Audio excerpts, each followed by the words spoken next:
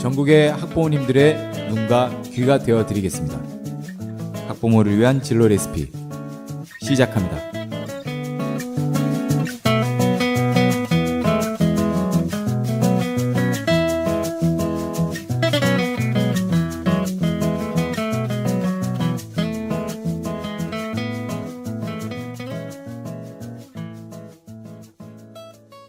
안녕하세요. 진로 레시피 김홍표입니다. 예, 안녕하세요. 민신태입니다. 예, 반갑습니다.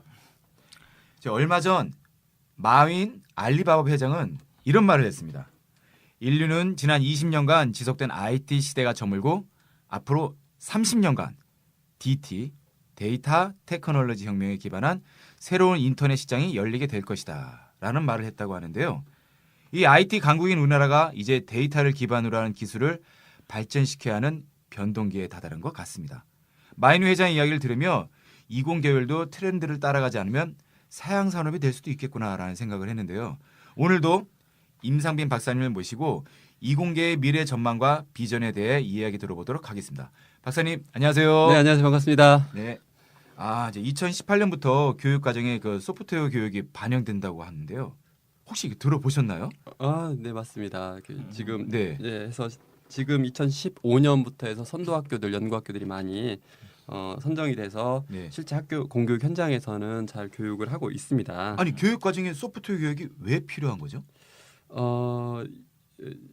이제 그 선진국 중심으로 해서 소프트웨어 교육을 시작을 했던 것 같고요. 그리고 사실 모든 공교육이든 뭐 아니면 대학 교육이든 이쪽에서 시작하는 거는 그 위쪽에 있는 산업계 요구 때문에 변화가 오는 거잖아요. 냉정히 보면. 네네네. 그래서 산업계의 변화는 항상 교육에 반영되게 돼 있습니다. 대신 그 산업계에서 교육계에 반영될 때까지 특히 공교육은 10년, 20년 사이 보통 걸립니다. 네. 왜냐하면 보수적으로 판단해야 되거든요. 공교육은. 그래야지 옳은 것 같고. 그래서 산업계의 변화가 10년, 20년 전에 왔다고 이미 보면 될 것 같고 그 변화 속에서 인재 양성에 필요한 그리고 산업계에 필요한 인재들의 그 기본 소양에 소프트웨어는 조금 이해했으면 좋겠다. 이렇게 생각하면 될 것 같고요. 네. 제가 소프트웨어를 보는 관점은 뭐냐면 예를 들면 아이들이 레고 같은 경우 물리적으로 뭔가 조작하는 거 있잖아요. 뭔가 네. 만드는 장난감이든. 손으로 만지면서. 그렇죠. 네네네. 그래서 물리적 세계를 표현하는 좋은 교구들이 참 많죠. 그래서 그런 걸 하면은 아이들이 몸으로 익히는 논리를 알아요. 예, 근데 그 논리를 몸으로 익힌다고요? 그렇죠. 이게 네. 하면서 몸으로 익히는데 그게 사실은 머릿속으로 들어가죠. 이게. 네네. 예, 그렇죠. 그래서 그런 것들을 많이 해가면서 이제 성장을 하고 이 소프트웨어 같은 경우는 뭐냐면 그 사람의 논리 체계를 이해하는 데 조금 도움이 돼요. 그러니까 이거는 정신적인 세계. 그러니까 생각하는 법. 그렇죠. 이게 생각해 보면 소프트웨어를 누가 만들었냐 하면 당연히 사람이 만들었잖아요. 네네네. 그 소프트웨어 문법 구조를 보면요, 사람 생각 그대로 담겨 있어요. 소프트웨어 문법 구조요? 예, 소프트웨어는 이게 글자로 뭔가 써서 문법을 만들잖아요. 네네네. 컴퓨터 언어도 사람이 만들었으니까 사람의 그 뇌에서 처리하는 그 프로세스를 그대로 본떠서 만드는 것이 물리적으로는 컴퓨터고 소프트웨어적으로 말 그대로 소프트웨어죠. 그렇잖아요. 컴퓨터는 사람 뇌를 바탕으로 만들었다고 보는 게 맞으니까 CPU는. 네네. 그다음에 거기 안에 데이터 돌아가는 거는 그 구조들은 소프트웨어죠. 말 그대로. 그 구조 그대로 돼 있죠. 그래서 그 체계를 이해하는 거죠. 그렇게 생각하는 게 더 맞습니다. 그러니까 네. 그런데 또 듣다 보니까 소프트웨어를 이해한다면 사람을 이해할 수도 있는 반대적인 것도 될 수 있겠네. 그렇죠. 그런 교육이 그러면 미래 네. 어떻게 보면 우리가 기계를 만들었는데 기계의 언어를 우리가 다시 함으로써 우리를 그렇죠. 배울 수 있다라고 하는 것도 교육의 목적이 될 수 맞습니다. 있을까요? 저는 그래서 이게 소프트웨어 교육이 단지 그냥 이공계를 뭐 이해하고 뭐 잘 때니까 뭐 그렇죠. 이것저것 기계 이해하는 게 아니라 이거 한다는 개념보다는 그 소프트웨어는 아이들이 이렇게 머릿속에 있는 사람의 논리 체계를 이해하는 편한 툴이에요. 네. 쉽게 설명을 드리면 네네. 이게 특이한 게요. 소프트웨어가 자, 수학과학을 비교해 봅시다. 수학과학은요. 예를 삼각함수 되게 어려운 문제 풀려고 하면요. 네. 막 이론 원리 막 많이 배워야 돼요. 막 더하기 빼기부터 해서 쭉 뭔가를 쌓여 있어야만이 그 멋진 어려운 문제를 풀어가지고 점수를 낼 수 있어요. 그렇잖아요. 네네. 전자공학의 경우는요. 회로를 막 그래서 부품들이 이것 쓸 땐 저것 쓰고 해가지고 잘 조합해가지고 CPU도 연결하고 해가지고 멋진 로봇 CPU를 로봇 하드웨어를 만들 네. 수 있어요. 예를 들면. 근데 소프트웨어는요. 그래서 쉽게 말해서 그 결과물을 얻어내는 데까지 진입 장벽이 조금 있는 거예요. 아이들이 생각은 멋지게 할 수 있지만 근데 소프트웨어는 특이한 게 문법 구조를 익히고 뭔가 결과물을 낼 때까지가 진입이 생각보다 빨라요. 보통 사람들은 뭐냐면 소프트웨어니까 되게 낯선 단어고 어렵다고 생각해서 저걸 초등학생들이 어떻게 배워서 뭘 만들지? 외계어라고 하죠 네, 보통. 그렇죠. 근데 실제 교육을 해보면요, 아이들이 1시간에서 4시간 사이면 기본 블록 구조도 다 이해하고요. 왜냐하면 알아야 될 게 많지가 생각보다. 그래요? 그걸 조합을 해가지고 다양한 걸 만들거든요. 레고처럼. 네. 제2외국어를 4시간 만에 완벽하다. 네. 그러니까 외국어는 뭐 단어를 수만 개를 알아야 되잖아요. 네네네. 필수 단어 수천 개를 알아야 되고 네네. 소프트웨어는요, 언어 구조, 블록 구조가 잘해 수십 개 잘해야. 아. 그러니까 그걸 조합을 할 수 있거든요, 아이들이. 음. 그러니까 이게 진입 장벽이 낮아요. 그래서 아이들이 성과물을 빨리 얻어낼 수 있으니까 아까 말한 좋은 기억이 빨리빨리 나타날 수 있어요. 좋네요. 네. 네네. 그래서 소프트웨어는 좋은 툴이에요, 제가 보기에는. 음. 이공계를 뭐 이해해야 되니 소프트웨어를 뭐 이런 것 관점보다는 이게 소프트웨어는 다행히 이 공학기술 세 가지 분야 중에는 가장 빨리 접근하고 결과물도 쉽게 얻어낼 수 있고 아이들이 창의적인 생각이 많이 빨리빨리 할 수 있어요. 왜냐하면 결과물이 바로바로 나오잖아요. 네네네. 그래서 재조합하고 풀기도 편하고 그렇잖아요. 코딩 바꾸면 되니까. 그런 결들이 있는 거예요. 그럼 이제 특성이. 말씀하신 그런 소프트웨어를 하다 보면 이제 창의라고 네. 하는 게 이제 생긴다고 말씀을 하셨는데 네. 요즘 참 창의라는 단어가 어디 여기저기에서도 참 많이 보입니다. 네. 그러니까 예전 같은 경우에는 성적이 높은 그러니까 좀 음. 자기주도 학습이란 스스로 공부하는 인재가 이제 미래 인재인 것처럼 되는데 네. 요즘은 산업 구조화되면서 창의, 네. 뭐 혁신, 개혁, 창조 이런 단어들이 그러니까 어떻게 교육의 화두로 떴는데 네. 어쩌면 그 일선에 지금 최전방에 계시는 게 이제 박사님이시잖아요. 그렇죠. 네. 창의 인재, 그러니까 뭐 어떤 기업들도 지금 미래 위에서는 이제 기업들도 제일 원하는 인재가 이제 창의 인재라고 하는데 부담스럽지 않으십니까? 뭐 부담되고요. 근데 제가 이제 그 공학도로서는 특이하게 10년 가까이 제가 교육을 하면서 아이들의 그런 걸 많이 느껴봤는데 네네. 그냥 저희 개인적으로 봤을 때는 통계상 한 창의적인 그 성향을 창의 혁신적인 성향을 띠고 있는 학생은 10% 정도 되고요. 그러니까 만나본 학생 중에 예, 10%만 그냥 타고난 거예요. 그냥 타고났고 그 다음에 한 30% 정도는 후발적인 어떤 그 여러 가지 체험들을 통해서 아이들이 그 조합적 창의 능력이 생기는 것 같아요. 그 중요한 능력이건 제가 봤을 후천적 때도 능력이 키워지는 예, 조합할 수 있는 능력 조합할 수 있잖아요. 있는 능력이.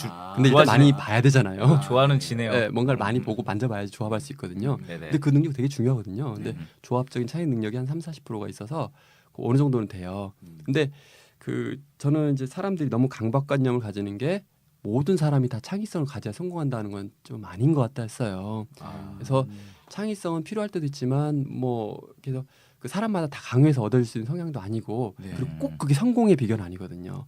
뭐냐면 어떤 성향은 사회적인 성향이 매우 강해야 성공할 수 있는 분야가 있어요. 공학에서도 마찬가지예요. 똑같아요. 왜냐하면 사회적인 어떤 공감을 잘 만들어낸 제품 만들어야 되고 네. 그거를 어프로브 할 수 있는 또는 이제 거기 이제 사람들한테 공감할 수 있는 그런 것들이 있어야 되는 분야들도 있고 기술들도 많아요.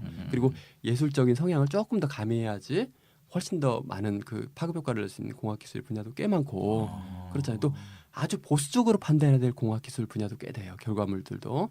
그래서 그런 성향을 가졌다고 해서 이게 뭐 이렇게 나쁘게 전혀 아니거든요. 그래서 아이들 성향을 보셨을 때 쟤는 너무 딱딱해. 아니면 쟤는 너무 뭐 노는 걸 좋아해. 뭐 이런 거 했을 때 그걸 너무 창의성이나 이런 거 막 해가지고 이제 고민하거나 그걸 가지고 스트레스 받지 않으셨으면 좋겠어요. 학부모님도 아이들도 그렇죠. 아이들 실제 경제적인 성취, 그 아이들의 정말 성공을 위해서라면 네. 꼭 그 방법이 아니거든요. 실제 사회를 주변의 친구들을 보시면 그 창의적으로 해서 많은 사람들이 도전해가지고 벤처기업을 도전했어요. 네. 그러면 그 10% 사람이 도전했으나 그 중에 한 10% 안에서도 잘해 2-3%가 성공하잖아요. 그렇죠. 나머지 고생하는 거거든요. 그렇죠, 그렇죠. 이제 희생하고 또 그 사람들도 다시 재기하고 노력하고 이런 거거든요. 네네네. 꼭 거기로만 가는 게 아니라 뭔가 아이의 성향에 따라 맞춰서 그건 저는 그래서 창의성도 중요하지만 보수성도 중요하다고 보고요. 보수성. 사회성도 중요하다고 보고요. 예술성도 중요하다고 봐요. 정말 그러네요. 네. 저 하는 분 여쭤보고 싶은데요. 대기업 신입사원 80%가 이공계열이라고 합니다. 네네. 이공계열을 선호하는 이유가 이렇게 미래 유망 사업의 트렌드하고 관련이 있을까요? 네, 매우 많고 네. 지금 사원들 얘기하기 전에 한 1-2년 전에 통계를 보면 그 공학 계열, 이공계열 관련된 사람들이 CEO에 한국 그 100대 기업 또는 1000대 기업에 한 50% 가까이 왔고 지금 50% 넘을 거라고 예측돼. CEO들이요. 네네. 그러니까 그만큼 경영학과 사람들이 아니고요. 그렇죠. 우리 세대만 해도 한 20%쯤밖에 안 됐을 거야 그렇죠. 아마. 네.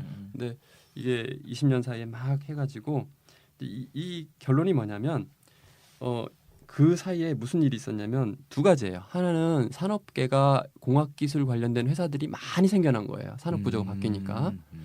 그 다음에 또 하나는 이공계열 사람들이 그러니까 특히 공대 나온 사람들이 네. 사회에 나가서 경영을 배우는 건 좀 쉬워요. 이유가 뭐- 맞잖아요. 왜냐하면 그래요? MBA 과정이나 네네. 사회 경험 또 사업 경험을 통해서 이제 실패하면서 배워요. 사실 아. 배워서 경영을 하는 건 가능해요. 근데 이 경영이나 또 인문계열 사람들이 사회에 나가서 공학 배우는 건 조금 많이 걸려. 훨씬 더 몇 배가 걸려요. 네. 융합이 필요한데 네네. 이쪽 배우는 게 더 편하다. 그렇죠. 그렇다. 그래서 이게 사회 진출해서 이게 산업계 구조도 바뀌지만 이 공대 사람들이 경영 쪽에 접근하는 게 좀 빨랐기 때문에 이게 퍼센트가 갈수록 높아지는 거는 이제 경향인 것 같습니다. 개인적 의견입니다. 그러니까 지금 그러니까 아까 이제 이 전 질문에서 했던 게 그 창조라든지 창의 인재라고 하는 거에서 매몰되면 네. 공학이라는 것도 다양한 인재가 필요하다고 했는데 네네. 지금 CU 중에서도 공학자가 많다라는 건 이 네. CU 분들도 성향도 그렇게 창조 창의보다는 그렇죠. 예. 기업에 있다 보면 관리 예. 성향도 강해지고 또 또 사회적 성향도 강해지고 여러 가지가 있거든요. 저 박사님께서도 네. 이제 학자시다가 지금 대표님이 되셨는데요. 네. 교육을 하시는 어떠세요? 어, 기술자 이게 공학자에서 대표 되시면서 뭔가 뭐 깨달으셨거나 배우신 게 있으신가요? 네, 저는 이제 그 사업을 하긴 하지만 교육 사업이기 때문에 네네. 교육자에 대한 감이 좀 더 훨씬 더 깊어요. 그래서 예, 사업을 한다기보다는 내가 교육을 하고 있구나. 다음 세대한테 우리가 뭘 넘겨줘야 될지에 대한 것들이 그 우리 부모 세대가 해야 될 의무인데 그게 결국 나중에 보니까 이 사업에 대한 관점보다는 본질로 자꾸 들어갔어요. 아, 우리 부모 세대가 결국은 아이들의 문제는 다 부모에서 오거든요. 제 교육을 그래서 보면 부모 교육 네. 문제라고 하기보다는 부모 교육에 대한 어떤 관심이 그렇죠. 요즘 그리고 많이 불고 예, 있죠. 부모 세대가 겪었을 그 사회적 분위기들에 대해서 관심이 많고요. 네. 그러면 이 분위기에서 탈피하려면 아이들은 어떤 분위기에서 자랐으면 좋겠나 이런 것들에 대한 관심이 많아요. 아, 공학자스럽지 않은. 네, 전혀 분석이십니다. 공학자스럽지 않죠. 네네네. 그럼 아까 말씀하셨던 그 뭐지, 교육을 하셨던 분이 사회 나서 공학을 배우기 힘들지만 공학을 하셨던 분이 네. 사회 진출을 또 교육에 또 하시는 건 또 전과 쉬울 수도 있겠네요. 네, 수월할 수도. 상대적으로 좀 쉽죠. 네, 상대적으로. 네. 네네네. 그러시면 이제 그렇게 어떻게 보면 자기 진로를 아직 뭐 두 개를 다 같이 하고 계시니까 병행하시니까 뭐 네. 진로를 바꿨다는 표현은 쓰지 않겠는데 네. 지금 이게 교육과 이제 공학이라고 보면 요즘 어떻게 보면 가장 핫한 이런 네. 상황인데 교육도 관심이 많으시고 이제 미래 트렌드나 이런 거 관심이 많으신데 그러니까 뭐 지난 월요일 방송에서는 저희가 이제 미래 유망 사업 트렌드에서 뭐 3D 프린터라든지 뭐 그런 얘기를 나눴는데 그런 이야기를 좀 더 나눠봤으면 좋겠어요. 오늘은 네. 지금 공학이시고 이제 로봇 휴보라는 로봇을 하셨는데 저희가 뭐 요즘 영화들이 워낙 뭐 마블이라든지 DC 코믹스 로봇들 엄청 나오거든요. 수준이 너무 높아요. 네, 그래가지고 근데 이제 뭐 휴보로 저희가 굉장히 뭐 일본도 제치면서 상을 받곤 했는데 네. 정말 우리의 기술이 그렇게까지 그러니까 쉽게 해서 저희가 상상하는 세계로 갈 수 있다고 어떻게 생각을 하십니까? 그냥 로봇 관점에서 보면요. 네네. 그 휴머노이드 같이 그러니까 사람처럼 생긴 로봇이 집에 와서 자기의 서비스를 해주고 뭔가 이렇게 하는 일들은 좀 멀어 보여요. 그래서 로봇의 분야들도 보면은 이제 그 국방 로봇, 탐사 로봇, 그 다음에 저기 집에 들어와 있는 서비스 로봇은 거의 유일하게 현재는 청소기예요. 그리고 그다음에 예, 아, 네. 그게 로봇입니까? 네, 교육용 로봇, 청소기가 아니구나. 그렇죠. 교육용 로봇, 네. 뭐 이런 정도 이렇게 되어 있는데 그리고 또 이제 애완 로봇도 있죠. 그렇습니다. 그래서 그 국방 로봇이나 이렇게 드론 같은 것도 그 일부죠. 사실은 로봇이라고 볼 수 있으니까 국방이나 탐사 로봇 같은 경우는 많이 발전하고 될 수 있을 거라고 봐요. 근데 왜 그런 것들이 발전하냐면요. 기능이 너무 명확하기 때문에 그래요. 국방은 예를 들어서 얘가 뭘 무기를 써야 된다든지 날라야 된다든지 이런 미션이 매우 명확하고요. 얘가 행동 패턴도 매우 명확해요. 산악지형 잘 가야 되고 뭐 물도 건너가야 되고 탐사 로봇은 뭐 어떻게 해야 되고 그다음에 산업 공장 로봇은 공장에 있는 로봇은 쉽잖아요. 물건을 어떻게 잘 만들어야 되고 애완 로봇은 귀엽게 보여야 되고 이런 거 있잖아요. 청소기는 청소를 잘해야 되고 교육용 로봇은 교육을 잘 시켜야 되고 이런 미션들이 명확해요. 그리고 어떻게 해야 될지 잘 알아요. 근데 휴머노이드는요. 사람 가정 안에 들어오면 좀 복잡해져요. 얘가 물론 청소도 해야 되고 빨래도 해야 되고 뭐 애도 봐야 되고 뭐 이런 건데요. 그게 되게 추상적인 단어들이에요. 생각보다. 그렇습니까? 어렵죠. 빨래를 하려면은 색깔을 구분을 어떻게 해야 되나 뭐 그럼 큰 거는 작은 거는 뭐 아니면 지금 순서는 말씀하시면서 어떻게 해야 딱 되냐. 생각하시는 게 공학도든 그런 생각을 하는구나. 네네. 문제가 쫙 생각이 구체적으로 나시는구나. 세탁기가 아니고 네네네. 그걸- 그리고 애가 처음 들어오면 내가 어떤 인사부터 해야 되나. 그리고 애가 이제 집에 들어온 거죠. 네. 예, 그래서 그런 것들은 이게 왜 어렵냐면요. 이 사람처럼 닮은 몹은 사람처럼 행동해야 된다는 사람의 강박관념이 강하게 들어가 있어요. 사람 머릿속에. 그렇잖아요. 사람은 강아지 로봇한테 사람처럼 반응하지 원치 않아요. 그냥 기대도 안 해요. 강아지는 강아지지. 공작 기계는 공장에 있는 로봇은 공장 로봇이니까 그래. 그건 그렇게 할 거야. 근데 사람처럼 닮기 시작하면 달라요. 얘가 내가 눈빛을 마주치면 나한테 눈빛을 마주치길 바라고, 내가 하면 제가 하길 바라고, 뭔가 이게 그래서 말씀드린 건 뭐냐면 로봇 기술들이 아무리 발전을 해도 그 인공지능이라고 하는 그것을 지금 있는 인공지능보다 좀 넘어선 걸 요구해요. 감성과 그리고 자유의지, 그다음에 그러니까 어떤 창의적 반응 네. 뭐 이런 것들을 요구를 해요. 근데 그런 것들을 요구하지 않으면 사람처럼 만들지 못해요. 그렇죠. 그걸 만들기 시작하는 사람은 그렇게 기대를 해버려요. 바로. 네. 그래서 일부 로봇들 보면 사람 얼굴처럼 안 하고 만화 얼굴처럼 일부러 하잖아요. 네네네. 그게 다 이유가 있는 거예요. 사람처럼 안 보이게 하는 게 그래서 그렇게 만든 더 나을 거예요? 수도 있어요. 이 철학적이에요. 심리적 이유가 있는 거예요.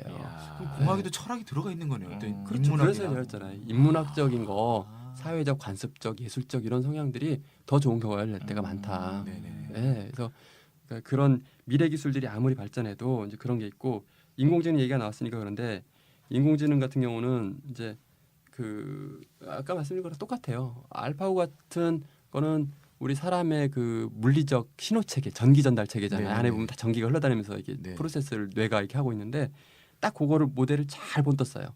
20년 전에 제가 공부했을 때, 대학원 했을 때 그런 비슷한 게 있었어요. 사람 뇌를 모델링한 게 있었는데, 그거는 수준적 20년 전에요? 네, 많이 떨어졌어요. 근데 지금 딥러닝 같은 경우, 지금 인공지능의 핵심 그런 알고리즘 같은 경우는 모델링이 잘 되어 있어요. 그래서 그거를 잘 조합을 하고 수천 대를 컴퓨터를 도입을 하면 당연히 잘 나오게 되는 게 정상이에요. 두려워할 이유가 있는 게 아니라 사람 모델링이 너무 잘했으니까.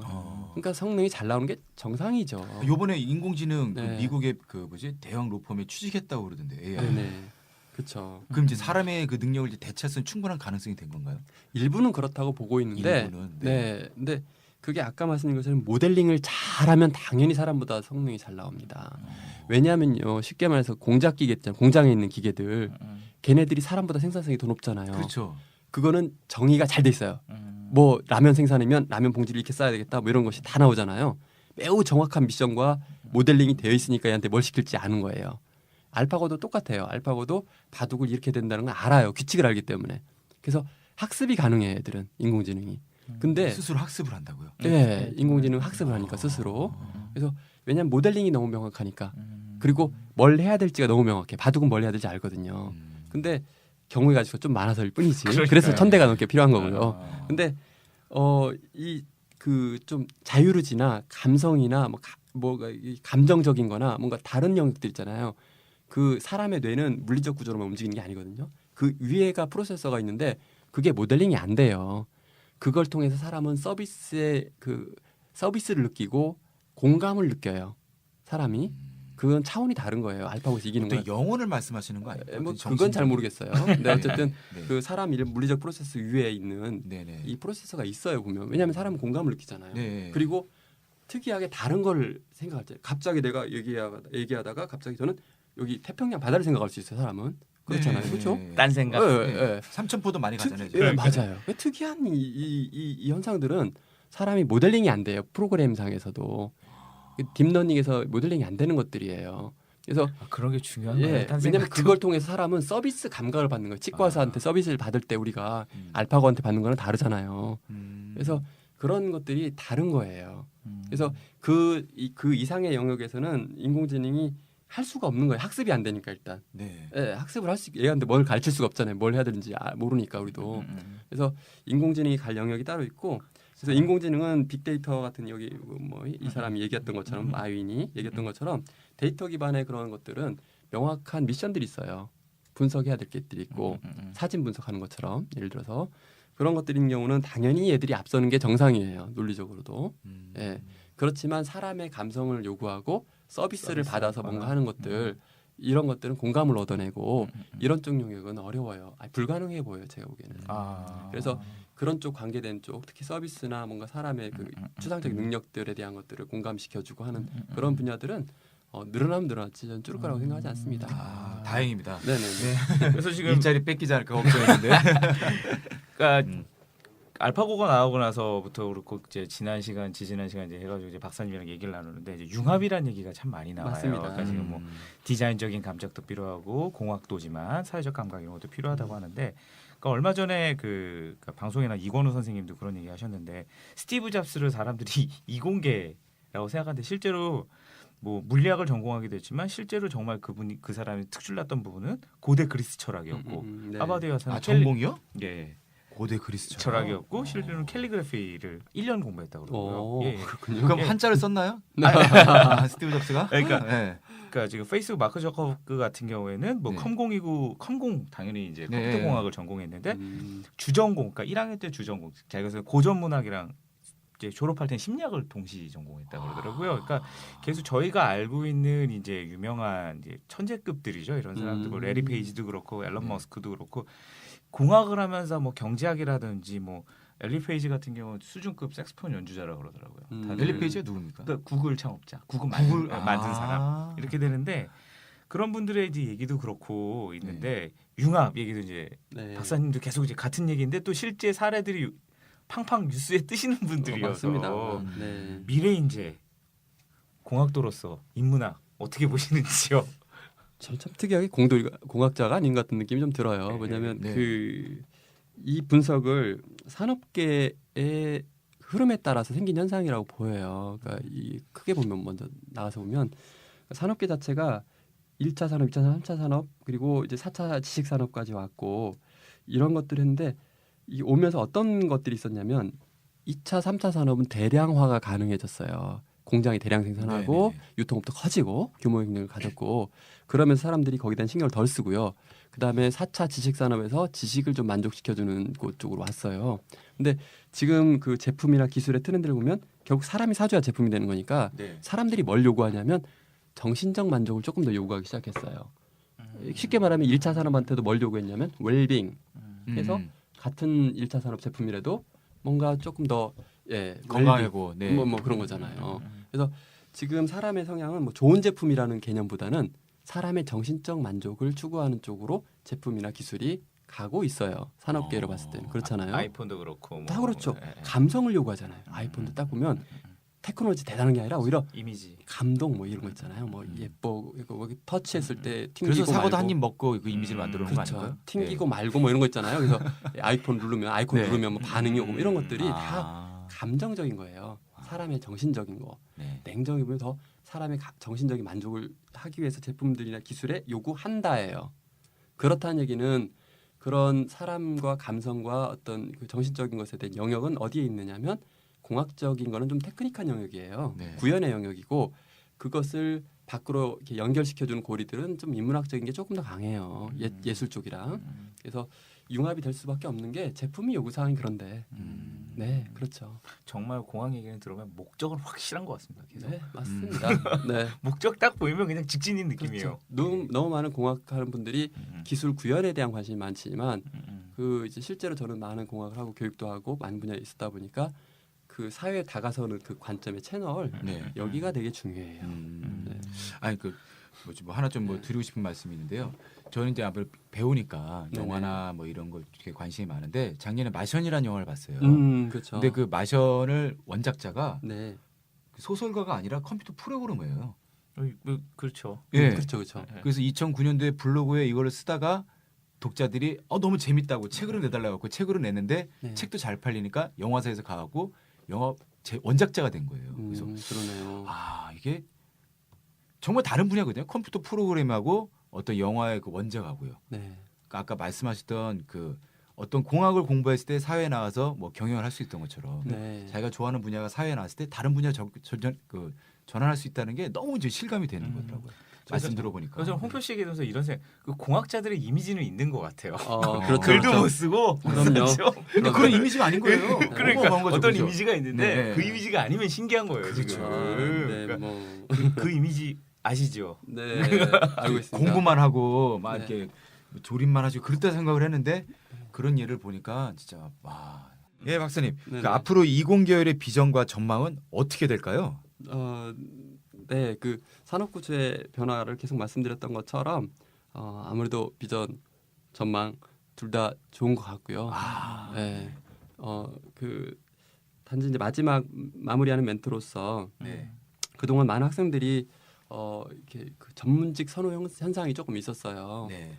그리고 또 두 가지가 하나는 더 이공계 요새 그 인기 현상이 있습니다.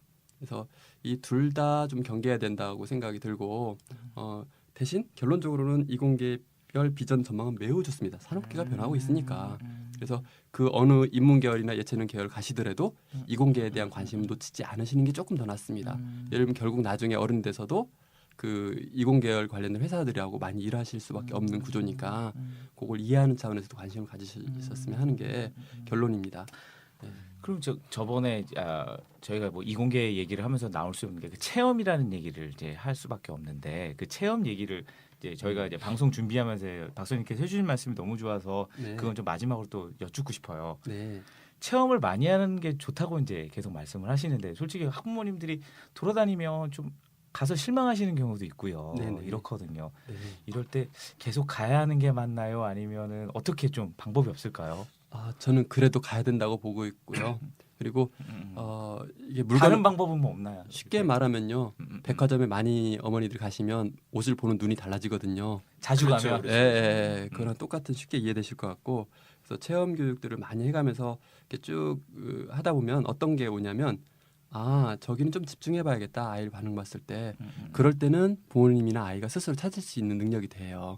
그때까지는 조금 뭐 품질이나 이런 게 그럴 수도 있지만 그러니까 다양한 지금은 조금 활동들을 발전이다. 모험을 하시는 것도 아. 좋을 거라고 생각하고 더 강조하고 싶은 거는 초등학교 저학년 때만 너무 이제 거기서 끝내지 마시고 1, 2, 3학기 동안 열심히 하지 마시고 그 다음에서도 아이들한테는 중요한 시기니까 그 다음에서도 조금 더 여유를 가지셨으면 하는 마음이 있습니다. 혹시 네. 그런 좋은 체험을 할 수 있는 뭐 사이트나 아니면 안내할 수 있는 곳이 있나요? 저도 거기까지는 깊이 있게 못 봤지만 일단은 가장 기본적인 거는 공공기관에서 하는 것들이 가장 기본적이고 안전하니까요. 네네네. 네. 그 다음에는 그 체험 관련 정보만 모아놓은 곳들이 많이 있어요.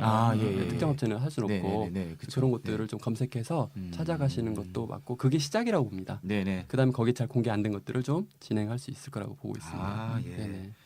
오늘도 좋은 말씀 감사합니다. 네네. 네, 임상민 대표님과 이공계열의 비전과 전망에 대해 알아봤습니다. 가장 좋은 진로는 아이의 적성과 흥미에 따른 것이겠지만 미래 트렌드를 안다면 아이들에게 조금 더 넓고 다양한 길을 보여줄 수 있겠죠. 저희 진로 레시피는 여러 분야에서 그 길을 찾아보려고 합니다.